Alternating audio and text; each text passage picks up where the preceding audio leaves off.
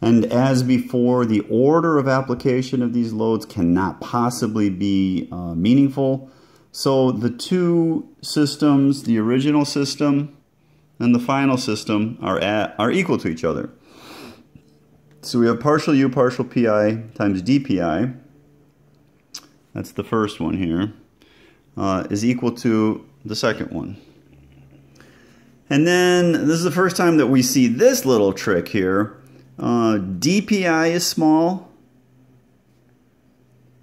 Di is small.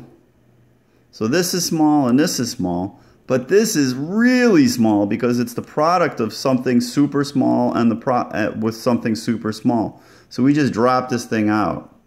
So we have partial U partial Pi dPi is equal to dPi di.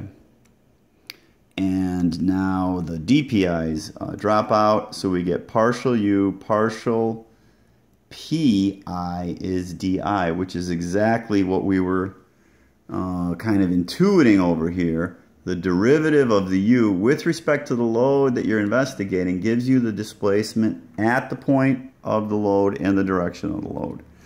And if some of this sounds like virtual work, we're going to get there with the unit load method.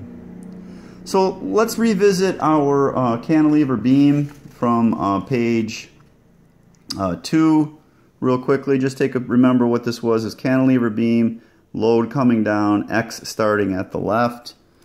We found that the U was PL cubed over 6EI. Remember that was on page 3.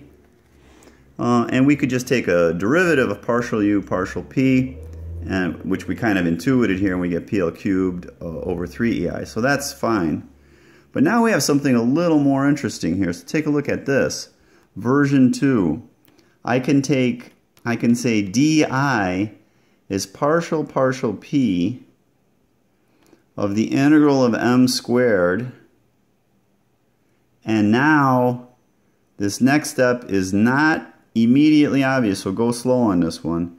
We have integral of m over EI times the partial derivative of m with respect to P dx. This is important.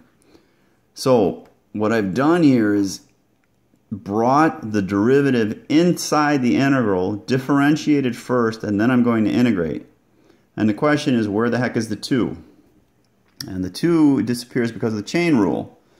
And if you forgot that, I got a couple of little examples for you. So d dx x squared is 2x times the chain rule dx of dx, d dx of x, which is simply 1. So we always forget about the second part because we're so used to saying the derivative of x squared is 2x, but it actually is the chain rule. So I have another little example here for you. The derivative with respect to x of x squared squared is, you bring the 2 out first, 2x squared, then you chain rule the inner thing here, so that's a 2x, so you have 4x cubed. So the derivative of x squared squared is 4x cubed, of course, so it all makes sense. So that's what's going on here. I have the derivative of m squared over 2, but I'm differentiating with respect to p. So I bring the 2 out. First of all, it's 2 divided by 2, and then I have partial m partial p. So that's exactly what I have here. So it's a sweet little trick. Differentiate first and then pull it out, integrate. So in that previous example, m is minus px. Partial m partial p is minus x.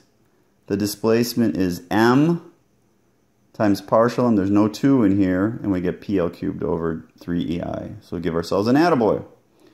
So clearly partial U partial PI is DI. That's true. We've already seen that a couple times. But look at equation 6.43.